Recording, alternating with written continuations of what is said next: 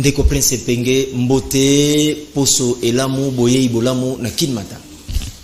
Bonjour Ndeko Issa, bonjour Nayo, merci pour l'invitation Nayo. Je dis bonjour également à la Congolais, sur le Congolais Banso, Bakozo Alibakou et Kolanda Bisso. Merci beaucoup. Sans plus tarder, Toko attaquer déjà Motuna Liboso, jour J-5, hein, parce que marche est le 6. Confirmé. Les dispositions prises des Andengenini, itinéraire, c'est Pessami déjà, Fongole la Bisso Mom, qui est à précision, et activité à le 6 novembre 2021. Bien, merci beaucoup. Il faut qu'on ait que, voilà, Nakoloba ici, le cola, Moko ya ba porte-parole à la Moka, oui. Le président et à Lingomba Yade de Congo. Mais au BT marche, ils allaient convoquer na église catholique, na église ya SCC. Et donc, na par ya mobilisation à la Moka, parce que BT tango, soko monaki mokanda, oyo to signaki biso banso, et le bami était faisant suite ou répondant à l'appel de nos pères spirituels.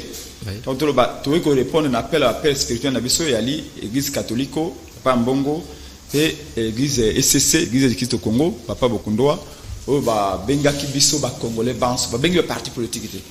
Ba congolais banso, boya to sangana, kaka pon objectif moko, to bengana, kadimana seni, to chai pembeni. Et tu répondais qui n'appelle Ewana, to kenda kibiso banso, na salle à catholique kuna. On va bien se passe et si qu'on va plus barrer notre truc au salama. Donc bango va confirmer marche et va y sur le BT marche et allez confirmer pour na mokolo mois samedi le 6 novembre. Donc nous autour le jour J moins 5 et bango église catholique et église CC ba siba commis mokanda.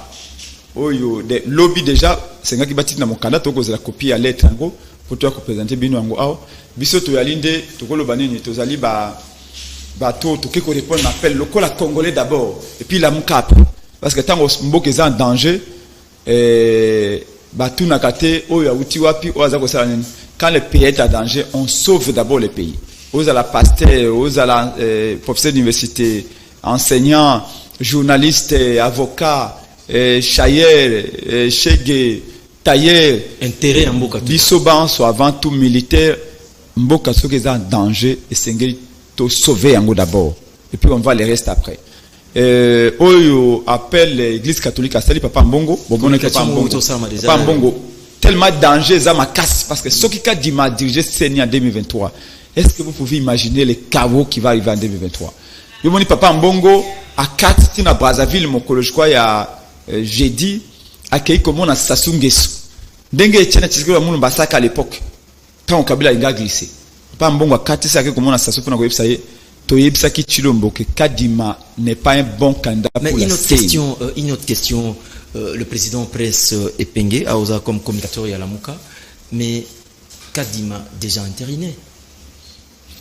Oui mais est-ce que vous avez que na tango ya Mobutu ils arrivent na ordonnance Mobutu a signé mais batterie ko ça la ngote mais où est tango ya Mobutu te non juste un exemple pour dire qu'on signe ordonnance peut bander l'ordonnance bolingi comparaison mais la comparaison n'est pas toujours raison non c'est une jurisprudence on a français jurisprudence c'est-à-dire que les Cambouissés ça déjà que ça m'a perçu donc c'est pas grave pourquoi tu banda ko le bana Félix que ko signe ordonnance te parce que tango malonda baboye l'église catholique na église SCC tango malonda Sonic a foutu ko tika PV na ye lokola malonda zalaki mutu ya Kabila to kitaki na nzela non pona koloba ete église catholique na église SCC baboyi malonda mutaki ko tika PV ya malonda na assemblée nationale ezali Sonic a futa za compétente za na qualité te ya za président ya confession religieuse te za pe vice président te to le baki peuple abimi na nzela aboyi malonda ndenge moko Félix aboya ki pe malonda balongola ki lelo kaka même situation Kadima azali moninga Félix ndenge malonda azaki moninga ya Kabila Kadima baboye l'église catholique na église SCC ndenge église catholique na église SCC baboya malonda Kadima baboye na peuple ndenge po aza pembeni aza moninga Félix ndenge pe baboyaka malonda po azala moninga Félix kadima montaki kotika PV na ye ezali mwana mobali wana Dodon Kamba o aza na qualité te po ete azali ni vice-président ni président ya confession religieuse esengelaki nde église catholique o aza présidente to église SCC o aza présidente akotika PV ya kadima mais Dodon Kamba akei na ndenge akimoyibi akotika PV ndenge ezalaka na époque ya Sonika Futa bon Félix aboyaka malonda pona kadima lokola kadima azali moninga na epe cousin na ye andimi kadima nyose wana parce que akobanga ba élection yango to saluer akobanga ba élection de nini kobanga ba élection ata président ya CENI mais bo elakisi que mapona ne kozala mais non Félix akobanga ba élection parce que bila ezali mabe libongo tolo chifumu zéro comment ndeko nanga yo okoyoka makambo na est kokine noté bilan basala ngona suka ya makambo 5 kokine noté na moko zéro bato banso ya mayele bayebi ki évaluation esala makape ya mi mandat si 5 ans oyo constitution lobby asali mbula misala boni apesa na ba congolais nazalaki na banda le lobby na ndeko nanga yi kulutu nanga iketebi to ça to mobiliser ki makasi lobby na banda pour na marche les 6 na uti na terrain sikoyo na poser obe mutuna moko na uti na terrain sikoyo na barombo Kinshasa lingwala na bana alamuka ko mobiliser pour na marche samedi na tuni bango misala boni Félix apesi na bino na obi bozali awa 500 personnes botombola misapi banani bazu musala na compagnie ya solo tango Félix na bokonzi si les 500 personnes zéro motomoto atombola musapi tango oye na pouvoir osali 3 ans opesi misala na bana mboka te c'est ko échouer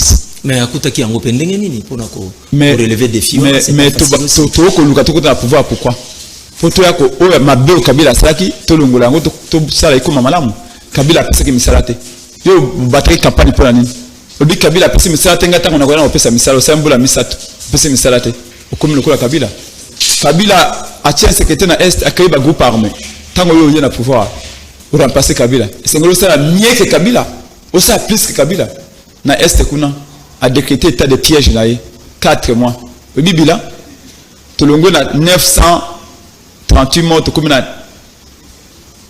plus ou moins 1000 morts jeudi na Ituri en une journée na Ituri province de Ituri 27 personnes assassinées na 2 attaques.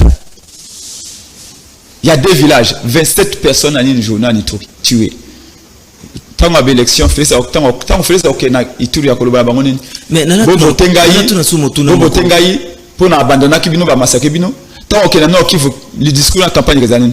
Félix c'est qui ne peut qu'échouer. Félix ne peut pas gagner les élections. Une autre question de Prince Penge. S'il arrivait que CENI na moment ma ponami basali penza publication correct na ndenge l'élection salamaki, vous allez dire quoi? Na kadima wana zando tababa ndeko Prince na tuni mutuna s'il arrivait na ba élection publication résultat et bimi vraiment normal ndenge peuple a votaki. Oui bindeko tango na yaki na classe na université de Kinshasa professeur nangai ya science politique alobaka nangai arrêtez de dire si parce qu'avec des si gogi ko bala mwasi na si oboti na mwasi na si ochezem na si aboti na si ozunda ko na si il n'y a pas de si il faut voir la réalité, la réelle politique, la réalité que Félix akangam na kadima po ani d'après vous basango balobi na ye longola kadima pesa biso kanda mususu malobi kadima ou rien d'après vous parce que kadima à Taliban kadima zali tia mutu bakata ata Félix azui 1% kadima komisa président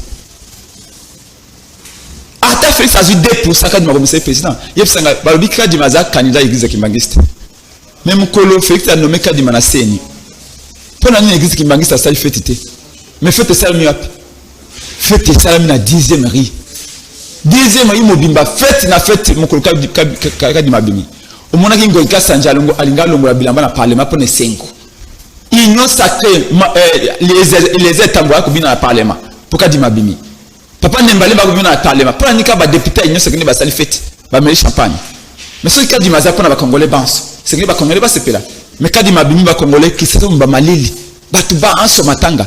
Kaka n'union sacrée, na 10e année basepeli.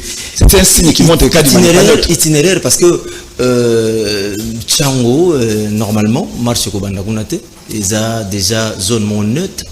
Itinéraire les abonnés boni est-ce que vous solo Japon a itinéraire ko bande comme ça déjà. Ndenge na uti ko lobana yo, ndenge na uti ko lobana yo que marche ezali église catholique et l'église SCC ni ba sali marche.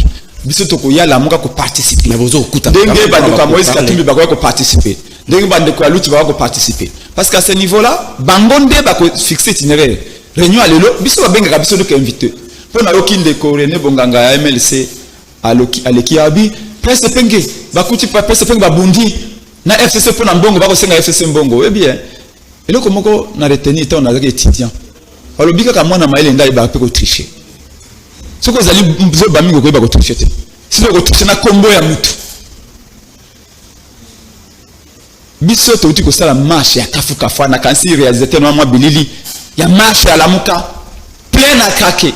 Des millions de gens dans la rue na marche à la muka. C'est ça que mon mbongo ya nani? Au moni meeting ya la muka kafuka fu balobi o kisi. Bata ide pesa babi prince penge ballon ko tamba na ngwana ya kisi. Nabi kisi te ezali selol tiki ballon dans drapeau lelo. Te ballon bana ngai bana na ngai bazu yango bakena en école babosani ke bonne arme ya musala papa. Donc na benga kudu préférence pour faire na bango na bi ballon na ke baya boko ko simbango te. Donc j'ai demandé que donc bazong sanga ballon na. Ballon na la symbole ya compétition électorale ndeko na ngai. Est-ce que ce moni babandi match ya football na défense ya partie adverse? Et ça nakate Batiaka toujours la balle au centre. Mais Félix Alingi balle est dans la centre. Babanda match na défense ya la muka. Babanda match arbitre out na IDPS. C'est ce qu'il vient de faire. Quand dit arbitre à IDPS, abanda match électoral à 2023. Il y a 50 mètres côté na poto. L'arbitre doit valider. Et au cause que boss na que Félix Alingi arbitre out na IDPS. Même les supporters out na IDPS. Commissaire au match ezali coup constitutionnel. Coup constitutionnel a tchenan. Na coup constitutionnel a tcheka Luba. Na CNI a tcheka Dima. Na ministère de la finance a tcheka Zadi. Na banque centrale a tcheka Bedi. Ba institution se tout ça comme élection a tché obe batunaye. Félix Alingi arbitre azalaye. Juge de touche azalaye. Comme c'est au match out à Canada c'est pas naye. Même les supporters mukola match bazalaye. Et tu as le météo pesaye. Est-ce que ça can dégoûter? Et puis tu as le lobby. Oh, fallait comme la Kabila. Ndeko Epenge. Fallait comme la Kabila mbala boni. Ndeko Epenge. Merci beaucoup. To comme presque na soupa. Comme je fais une seconde, oui. To tende déjà na cocité. Oui. Motuna mon poto tende déjà na cocité. Ça ne sera pas possible pour un intérêt en Mboka. Ndeko Fayulu, Ndeko Joseph. Autour du même table pour l'intérêt en Mboka. Non, écoutez, ce qui vraiment pour l'intérêt. Je vais aller jusqu'au comme un nom d'État et comme un. Parce que moi je m'assume. Basango, Bozokuta na bino sika. Voilà. Basango ba bengi biso. Ngai na kei ndeko na ngai. Le kuta mabe na kei. Tango Basango basta président Fayulu la sala appel na ina mobilisation générale. Et ba congolais banse le 19 octobre. Les 20 église catholique na église SCC basali appel ba biba congolais ba so botelema le lenge to telemela ka Kabila na 2016 CLC na IDPS na dynamique mba po Kabila ndaka sa glissement mbala o biso ba catholique biso SCC to bengi bino pepepe botelema kadima akuko de GCNT ako compromettre avenir mboka na biso trobi lokola biso la mboka de sala appel et que tu comment on a bananaza ça l'appel bananaza me débat sur aller devant pour bango débat société civile bango débat aller neutre les 20 je crois le 21 ou le 22 église catholique na SCC ba bengi biso to kei na basali na bango kuna c'est pas c'est ça ba lingi ko samba bango débat ko modérer tant de comme kuna to monique na vandi kuna bato ya Katumbi na vandi kuna bato ya Kabila ba oyo lucha oyo Asha oyo Etia bon déjà droit de l'homme celle-ci Milapro balaïque et protestant et CLCC balaïque catholique ngai na tuni motuna na sango bobenga ki biso la muka to kanisa ke to ende na bino ne do saka na 2016 bino IDPS biso banso mais ce que to mena FCC na bato ensemble bazana Félix Kuna ça va le bien dans prince penge tali ote biso awa to ali ecclesia église pona ka montote na église batama bomo ba yalaka ba fu ba ali ba esco ba ali bato ya maele ba ali bazoba ba ali bato masumu ba ali ba stempe ba ali moto na moto aye pona ko tala nzambe na ye to bengisi bino parce que la nation est en danger o tout na biso nana zawana tout l'ande objectif de poursuivre les anini objectif de poursuivre kuna ya likaka kadima alonga la seni malheureusement il dépasse le col ADN na donc et konyo la moka de sala alliance papa full au moni wana na image wana full ba plein wana la moka ka popularité la moka ko lukabato na moni moka yawa la moka babuna FCC pour mbongo est-ce que tu sens lilo beaucoup merci président prince tout na ko beka ipa catholique ce qui est mieux si mon ndazonge pa nayi le mot de la fin on a ko lobate ndeko na ngai tango fayu la sali proposition de sortie de crise balobio akoluka msale pa Félix basali campagne ba monique peuple aza toujours na sima fayulu tango Félix a violé la constitution a nommé moninga na ina cour constitutionnelle en violation de la constitution fayulu a téléméli a dénoncé yango bien moni fayulu la commune Kabila d'ailleurs ba to bango yango ba monique fayulu toujours peuple na sima na ye bwana simbité tango asali union sacrée atini Mike Amer a comme on a failli. Avec les ça que fallait le binaye Mike Amer. Il nous reste 40 secondes. 40 secondes. Fallait le binaye Mike Amer. Moi failli, je ne suis pas un néocolonisé. J'ai étudié chez vous. Tu vas pas venir au Congo ici et jouer avec tous les Congolais. Amer a tiré mon kilo na makolo accueilli. Avec comme on a Bemba. Abina Bemba keli nyosa ke Bemba bibi na okende. Avec comme on a Katumbi keli nyosa ke Katumba bibi na okende. Tango fallait la bego keli nyosa ke na muzito wa bien bomoni. Fallait la bego keli nyosa ke atana Kabila d'ailleurs a 300 millions de dollars photo ya merci. Ba monique simbité peuple toujours na sima fayulu. Awa ce que comme kama seni na suke skaiwana. Tango fallait la bani ko réclamer ba réforme ya seni. Ça fait 3 ans. 3 ans. Bato baso baboyaki. Avec ça forcing avec Kadima. Tango fallait la terminer Kadima Kadima esengela kende to réviser loi électorale wana pour l'élection 2023 et même à développement parce que tant qu'il y aura fraude tokozaka kimia te to développement te. Oh pourquoi fallait la terminer Kadima? Pourquoi la terminer Kadima a comme na Kabila? Mais finalement fallait lango akosa libera na Kabila mbala boni. Mais c'est pas comme on Kabila mbala boni. Au moins le quota est dépassé. Merci. Donc là c'est pas que viser Benini. Président va décourager population a marche et comme ça va le moni et les gens que le bagnin a bien moni population église catholique a bensi batu. Fallait a bensi batu. Église c'est ça bensi batu batu na marche donc batu bandimi Kadimatika na seni. Et là voilà mais ba mikosi na wuti na terrain de konanga plein ko sakanate mo général. Donc rendez-vous samedi le 6 novembre. Nous sommes